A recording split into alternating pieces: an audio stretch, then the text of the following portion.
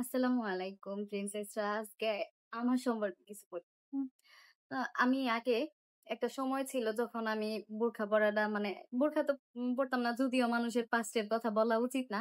কারোর গুনার কথা মানুষকে জাহির করা বলা উচিত না। কারণ কিয়ামতের দিন আল্লাহ তাআলা ক্ষমা করে দিলেও নাকি যার সাথে শেয়ার করা হবে সে নাকি কিয়ামতের দিন আল্লাহর কাছে বলবে যে, "আল্লাহ ও আমার কাছে বলছিল ও এই গুনাহটা করছে।"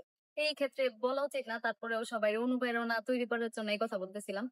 তো আমি এমন একটা মডার্ন ফ্যামিলির মেয়ে যেইখানে মানে আচ্ছা মানে মডার্ন মানে এটা আসলে মডার্ন বলে না। আল্লাহর ছাড়া কোনদিন মডার্ন হয়? ইসলামিক ফ্যামিলি যারা তারা কি মডার্ন না? কিন্তু কি বলবো যে মানে মানে আল্লাহর বাহিরের ফ্যামিলির মেয়ে আসলে এটারে মডার্ন বলে না। আ যারা কি ইসলামিক মেইনটেইন করে তারা কি মডার্ন না? আসলে মডার্ন না। এই মানে ইসলামের বিরোধী একটা ফ্যামিলিতে মানে একদম বিরোধী বলব না। কিন্তু তাদের মধ্যে নামাজ, কালাম বা আল্লাহ, হাদিস, কোরআনের মেইনটেইন এগুলা কিছু ছিল না। এরকম একটা ফ্যামিলির ছিলাম। তো আমি যখন ক্লাস আ যখন ইন্টারে পড়ি তখন আমার একটা ফ্রেন্ড ছিল আয়েশা নাম। ওর কথা আমি সবসময় দোয়া করি। ওর মধ্যে দেখতাম যে ওর মনের মধ্যে আল্লাহর প্রতি এত অগাধ বিশ্বাস। ওর হচ্ছে ব্রেস্টে টিউমার হইছিল ফার্স্টে একবার। হওয়ার পরে অপারেশন করার পরে আবার টিউমার হইছে। আবার অপারেশন করছে, হ্যাঁ? কিন্তু আমাদের কিন্তু ছোটখাটো একটু দুঃখ, দুর্দশা বা খারাপ কোনো অসুখ-বিসুখ হইলে আমরা বলি যে, "আল্লাহ এটা করলো আমার সাথে" বা একটা বিপদ ২ বার হইলে আল্লাহ বারবার খালি আমাদের বিপদ দেয়। আমরা কিন্তু এইভাবে চিন্তা করি। কিন্তু আমি ওরে দেখলাম, এই যে ও ২ বার ওর টিউমার হইলো, অপারেশন করলো। ওর যে আল্লাহর প্রতি একটা বিশ্বাস, আল্লাহর প্রতি একটা ভালোবাসা যে আল্লাহ দিছে, ইনশাআল্লাহ আল্লাহ সুস্থ করে দিবে। মানে প্রত্যেকটা কথার মধ্যে যে ইনশাআল্লাহ আল্লাহ ভালো করে দিবে। আল্লাহর রহমতে ভালো আছি।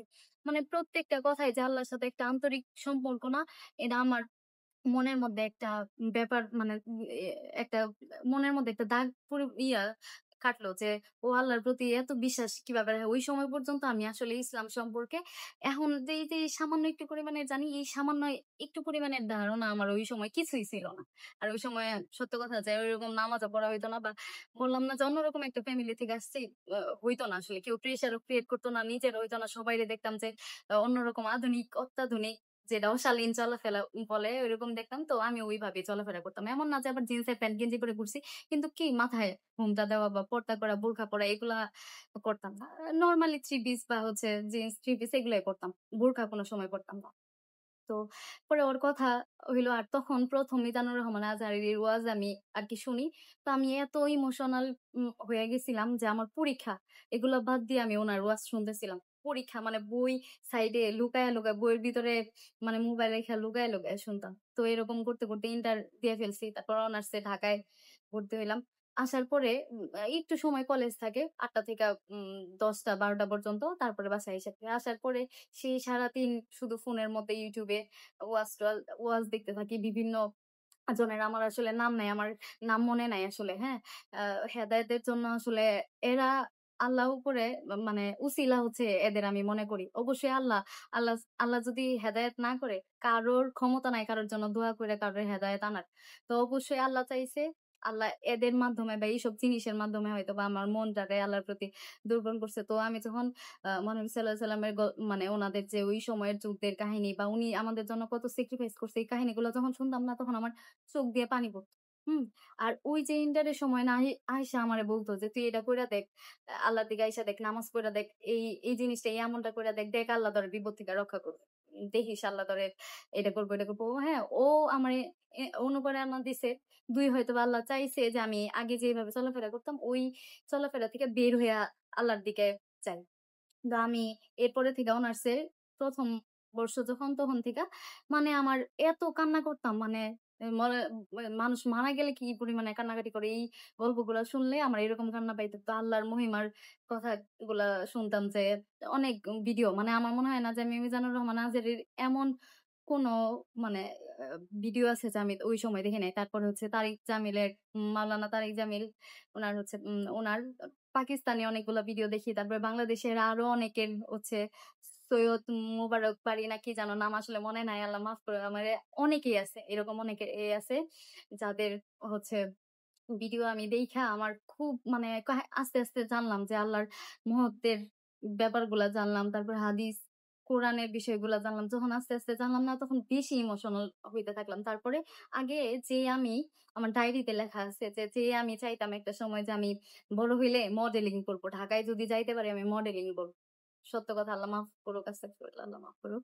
হ্যাঁ, এটা চাইতাম। বা আমি স্টাইলিস্ট আমার YouTube এ যেসব চ্যানেল ফার্স্ট এ সাবস্ক্রাইব করা ছিল মানে স্টাইলিস্ট ড্রেস, তারপরে মানে মডেলিং কিভাবে করে, নাটকে শুট কিভাবে হয়, ইন্ডিয়ার অনেকগুলা ভিডিও আরকি দেওয়া আছে, ইন্ডিয়ান ভিডিওগুলা। হ্যাঁ, এগুলা দেখতাম। আমার ইচ্ছা ছিল যে এগুলা যে আউল-ফাউল আসলে শয়তানের প্ররোচনায় থাকলে যেমন হয়। তারপরে ড্রেসের মধ্যে যত ডিজাইন কইরা মানে ড্রেস বানানো যায় এরকম না যে আবার স্লিভলেস পড়তাম, এরকম না। মানে এর মধ্যেই যে অশালীন চলাফেরা ঐরকম ভাবেই ড্রেস ডিজাইনের এরকম ব্যাপার-স্যাপার আছে। কিন্তু যখন এগুলা দেখা শুরু করলাম না, তখন আস্তে, আস্তে আমার YouTube এর সাবস্ক্রাইব যে চ্যানেল গুলা ছিল এগুলা সব ইয়া মানে করে দিলাম, আনসাবস্ক্রাইব করে দিলাম। তারপরে আমার ফেসবুকে বিভিন্ন দোয়া কবুলের, আমলের বিভিন্ন গ্রুপে এড হইলাম। তখন আস্তে, আস্তে আরো বেশি ইসলাম সম্পর্কে জানা শুরু করলাম। যে আল্লাহ আসলে কিভাবে বান্দাদের দেয়, কিভাবে বান্দারে সাহায্য করে। আর আর অনার্স পর্যন্ত আসা পর্যন্ত আমি একটা জিনিস ফিল অলরেডি হয়ে গেছে এই পর্যন্ত যে আল্লাহ ছাড়া আসলে দুনিয়াতে আমাদের কেউই ভালোবাসে না, সত্যিকারের ভালো কেউই বাসে না। কোনো না কোনো স্বার্থের কারণে কেউ মানে যেই হোক, মা-বাবা হোক, এটা আমার ফিল ওই পর্যন্ত হয়ে গেছে যে আসলে সত্যিকারের আল্লাহই ভালোবাসে আর কেউই ভালোবাসে না। তো তারপরে থেকে এই যে YouTube এ সার্চ দিলাম কোন একটা আমল দেখলে বা নতুন কোন নামাজ এর নতুন নামাজ বলতে আমি এটা বুঝাই যে ৫ ওয়াক্ত নামাজ ছাড়া কিন্তু আমাদের এমনি অনেক নফল নামাজের কথা আছে।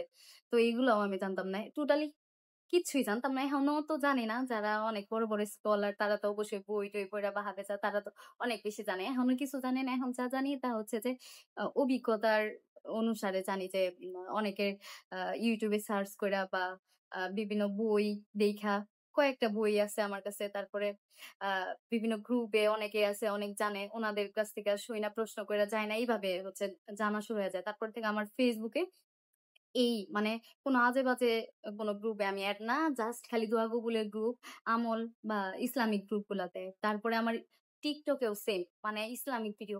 আর আমি আমার এগুলো দেখলে পরে এত কান্না পাইতো। মানে কি কারণে যে এত কান্না করতাম চোখ দিয়ে পানি আসতো। এত মানে ইমোশনাল হয়ে পড়তাম যে আল্লাহ কত গুনাহ করছি এতদিন যাবৎ। কত মানে আমি যখন অবশ্যই ১৮ বছর পর্যন্ত আমি ঐরকম ভাবে নামাজ পড়ি নাই। তাইলে কি জীবনযাপন করছি আমার ওই সময়কার কথা মনে পড়লে।